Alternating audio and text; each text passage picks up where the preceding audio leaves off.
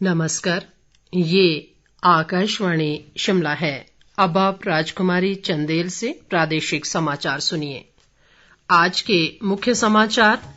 प्रदेश में उपचुनाव के लिए अब 11 दिन बाकी, राजनीतिक दलों व प्रत्याशियों ने प्रचार में झोंकी ताकत। मुख्यमंत्री जयराम ठाकुर ने मंडी जिले के नाचन, जबकि कांग्रेस प्रत्याशी प्रतिभा सिंह ने किन्नौर जिले में की चुनावी सभाएं। फिलहाल हड़ताल पर नहीं जाएंगे एचआरटीसी कर्मी, प्रबंधन ने मानी अधिकांश मांगें, चुनाव आचार संहिता के बाद जारी होगी अधिसूचना। और जनजातीय व ऊपरी क्षेत्रों में बर्फबारी से जनजीवन प्रभावित, ग्राम्फू समदो मार्ग पर बर्फबारी में फंसे 11 पर्यटकों को निकालने के प्रयास जारी। अब समाचार विस्तार से। प्रदेश में 30 अक्टूबर को होने वाले उपचुनाव के लिए अब 11 दिन शेष रह गए हैं। ऐसे में चुनाव लड़ रही सभी राजनीतिक पार्टियों व प्रत्याशियों ने चुनाव प्रचार तेज कर दिया है।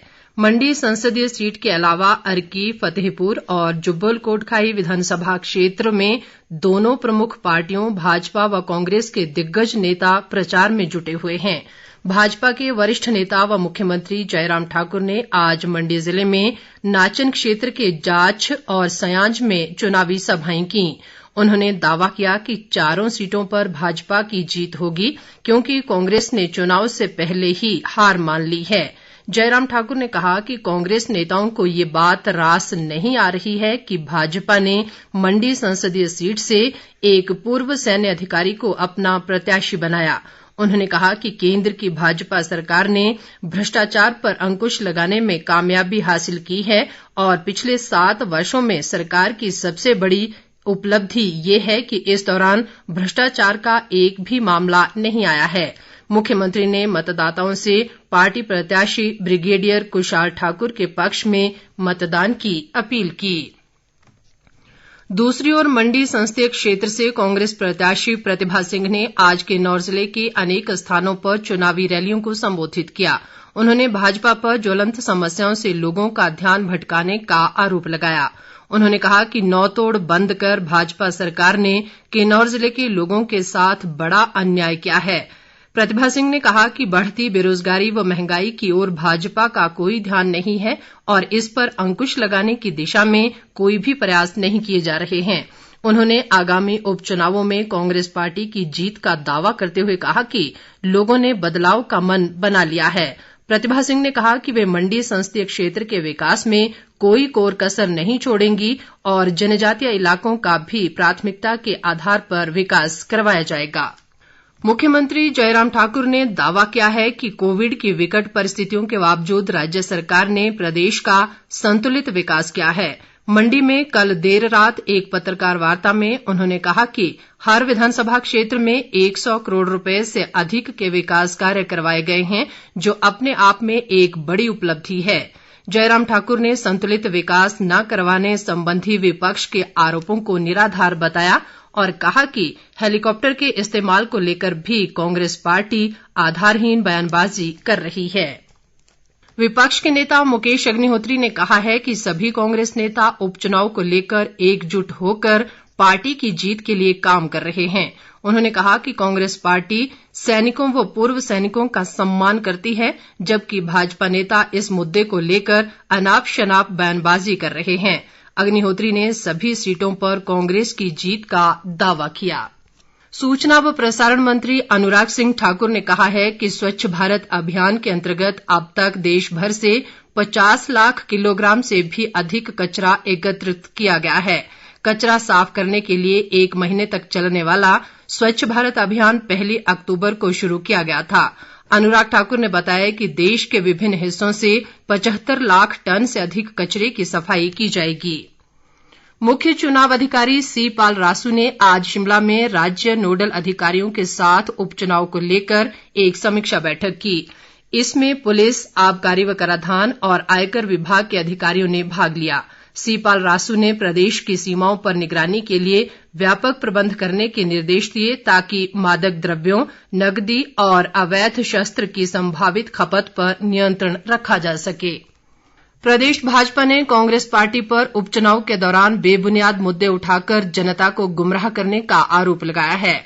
भाजपा चुनाव प्रबंधन समिति के प्रमुख गणेश दत्त ने आज शिमला में एक पत्रकार वार्ता में कहा कि कांग्रेस पार्टी जनता के मुद्दों से भटक गई है और मुख्यमंत्री सहित अन्य नेताओं पर गलत टिप्पणी की जा रही है। गणेश दत्त ने कहा कि बढ़ती महंगाई को देखते हुए राज्य सरकार सार्वजनिक वितरण प्रणाली के माध्यम से लोगों को सस्ता राशन देकर राहत पहुंचाने का काम कर रही है। हम महंगाई का समर्थन नहीं करते कभी भी। इस महंगाई को नीचे लाने के लिए हम निरंतर प्रयासरत हैं और हमारा सदा प्रयास रहेगा कि महंगाई का असर लोगों पर ना पड़े। उसके लिए हमारे जयराम जी की सरकार ने 356 करोड़ की योजना के माध्यम से जो सार्वजनिक वितरण प्रणाली उसमें सस्ता राशन उपलब्ध कराने का एक बहुत बड़ा काम किया है। प्रदेश में राज्य परिवहन निगम के कर्मचारी फिलहाल हड़ताल पर नहीं जाएंगे। कर्मचारी यूनियन की आज निगम प्रबंधन के साथ एक बैठक हुई जिसमें कर्मचारियों की सभी मांगों पर चर्चा की गई। प्रबंधन ने कर्मचारियों की अधिकांश मांगें मान ली हैं और आदर्श चुनाव आचार संहिता हटने के बाद अधिसूचना जारी की जाएगी। कांग्रेस पार्टी ने राज्य सरकार से पिछले 4 वर्ष में लिए गए कर्ज पर श्वेत पत्र जारी करने की मांग की है। शिमला में आज एक पत्रकार वार्ता में पार्टी प्रवक्ता नरेश चौहान ने कहा कि जयराम सरकार ने 4 वर्षों में 22,000 करोड़ रुपए का कर्ज लिया है, जिससे कर्ज बढ़ा है। नरेश चौहान ने सरकार पर महंगाई व बेरोजगारी पर अंकुश लगाने में नाकाम रहने का आरोप भी लगाया। 22,000 करोड़ रुपए का कर्जा 4 साल में लेते हो, आपको बताना पड़ेगा प्रदेश की जनता के ऊपर ये बोझ किस लिए लिया, उसका काम क्या हुआ, उससे विकास क्या हुआ। मिसयूज मत करिए, आप बचत के ऐसे फैसले लीजिए जिससे प्रदेश की जनता का पैसा बचाया जा सके। आकाशवाणी शिमला के क्षेत्रीय समाचार एकांश द्वारा प्रत्येक सोमवार को अमृत महोत्सव क्विज आकाशवाणी समाचार के साथ कार्यक्रम शुरू किया गया है। आजादी का अमृत महोत्सव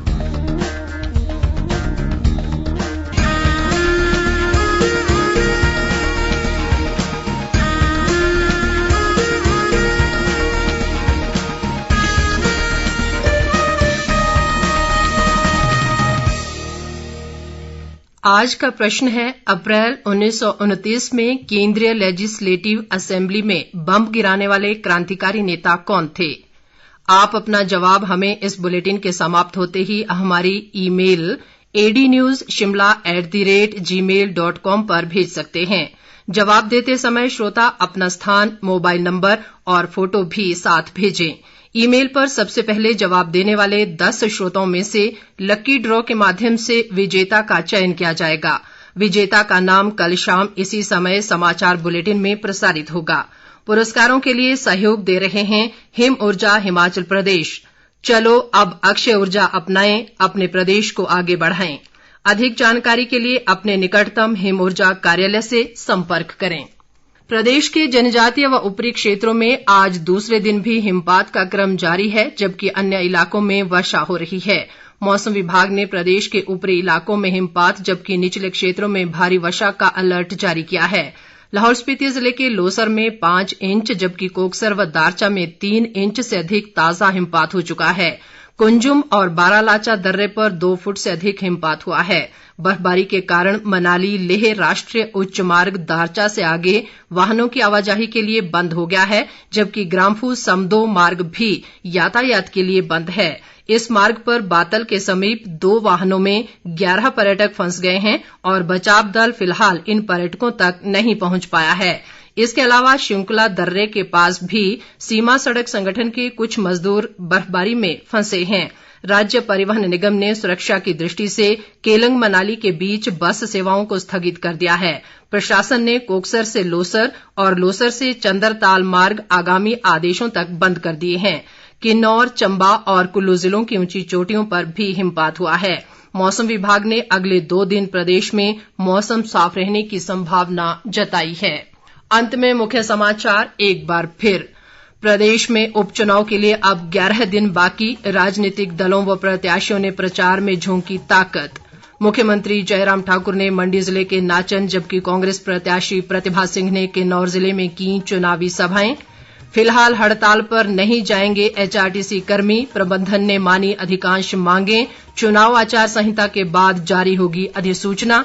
और जनजातीय व ऊपरी क्षेत्रों में बर्फबारी से जनजीवन प्रभावित। ग्राम्फू समदो मार्ग पर बर्फबारी में फंसे 11 पर्यटकों को निकालने के प्रयास जारी। इसके साथ ही ये समाचार बुलेटिन समाप्त हुआ। नमस्कार।